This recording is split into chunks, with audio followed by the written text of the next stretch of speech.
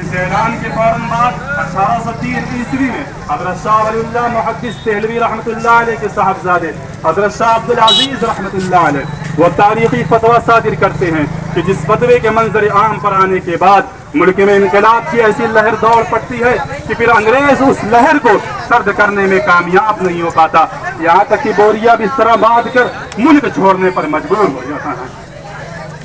میرے دوستو، آپ یہ فتویٰ ایسے بھیانک اور پرفتن ماحول میں دیتے ہیں جبکہ انگریز کے خلاف ایک لفظ بھی بولنا اپنے آپ کو موت کی دعوت دینا تھا۔ آپ کے اس فتوے کو لے کر سید احمد شہید اور شاہ اسماعیل شہید رحمہم اللہ نے پورے ملک کا دورہ کر کے قوم کو جگایا اور ان میں حریت کا جذبہ پیدا کر کے آزادی کی آگ لگا کر 1831 عیسوی کو بالا کوٹ کی پہاڑی پر لڑ کر جام شہادت نوش کر لیا۔ لیکن میرے دوستو، اس کے بعد بھی انگریز اپنی مکاری اور چال بازی کی وجہ سے ہندوستان میں اپنی حکومت کا جال بچھانے میں کامیاب رہا۔ کبھی دہلی کے ایک علاقے میں میٹنگ ہوئی جس میں ہندوستان کے تمام بڑے بڑے علماء شریک ہوئے، جس میں شریک رہے حضرت مولانا محمد قاسم نانوتوی، حافظ ضامن شہید، مولانا رشید احمد گنگوہی، حاجی امداد اللہ مہاجر مکی۔ مولانا محمد قاسم نانوتوی رحمۃ اللہ علیہ نے اس جلسے میں تقریر کی اور فرمایا، کیا تمہیں پتہ نہیں کہ انگریز ہمارے سر پر آ کھڑا ہے اور ہندوستان میں اپنی حکومت کا جال بچھا دیا ہے،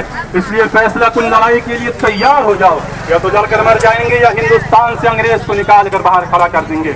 ابھی ایک شخص کھڑا ہوتا ہے، کہتا ہے کہ حضرت ہماری تعداد تو بہت تھوڑی ہے، ہم تو بہت کمزور لوگ ہیں۔ تبھی وہ تاریخی بات فرماتے ہیں کہ کیا ہماری تعداد غازیان بدر سے بھی کم ہے؟ اتنا کہنا تھا کہ لوگوں میں جذبہ پیدا ہو گیا اور ایک بار پھر 1857 میں انگریزوں کے خلاف جنگ گرم ہو گئی۔ لیکن بظاہر اس سے مسلمانوں کو شکست ہو گئی اور انگریزوں نے ظلم و ستم کی ایسی بجلیاں گرائی جس کے تصور سے ہی روح کانپ اٹھتی ہے۔ جنگ آزادی میں مسلمان اور علماء کرام پیش تھے، اس لیے بدلہ بھی چن کر سب سے زیادہ انہی سے لیا گیا۔ دہلی سے لاہور تک کوئی درخت ایسا نہیں تھا جن پر علماء کرام کی لاشیں لٹکی ہوئی نہیں تھی۔ 40,000 سے زائد علماء کرام کو پھانسی کے پھندے پر لٹکا دیا گیا تھا، لیکن میرے دوستو اس کے بعد بھی علماء کرام ڈرے نہیں، دبے نہیں اور نہ ہی ہمت ہارے، بلکہ 1857 کی تلافی کے لیے 30 مئی 1866 کو دیوبند میں حضرت مولانا محمد قاسم نانوتوی اور ان کے ساتھیوں نے دیوبند میں ایک مدرسے کی بنیاد ڈالی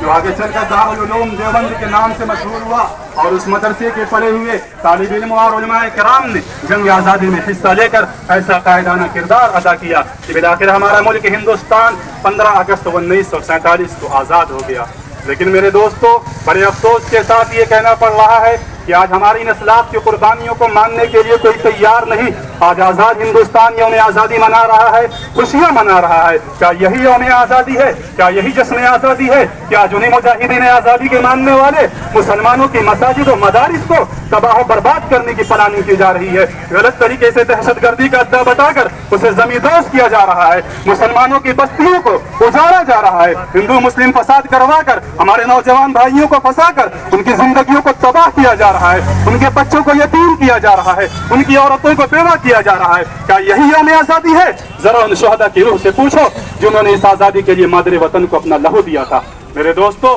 ہمارے ان شہیدوں نے، ہمارے ان ویروں نے اس آزادی کے لیے مادر وطن کو لہو اس لیے دیا تھا تاکہ آزادی کے بعد ہندوستان میں ہندو مسلم یکتا کا چمن لہرا ہے، محبت کی فضا قائم ہو، پیار اور بھائی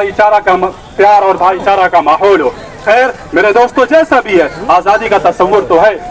ہم آزاد ہندوستان کے آزاد شہری ہیں۔ یہ آزادی ہمارے لیے اس لیے بھی نعمت ہے کہ ہمارے بزرگوں کا تحفہ ہے، ہمارے علماء کی میراث ہے۔ اس لیے آئیے آج ایک بار پھر عہد کریں کہ اپنے بزرگوں کی میراث کو ان دشمن طاقتوں کے ہاتھوں برباد نہ ہونے دیں گے، اور جو بھی ہمارے ان علماء کی میراث کو مٹانا چاہے گا اس کے ہاتھ کو قلم کر دیں گے۔ میرے دوستو،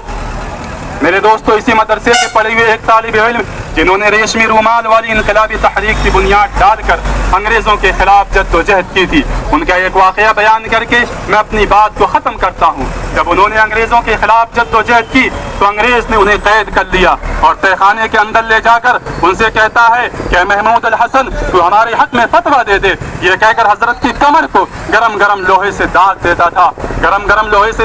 تھا، لیکن جب حضرت کو ہوش آتا تو کہتے کہ وہ انگریز تو سن لے،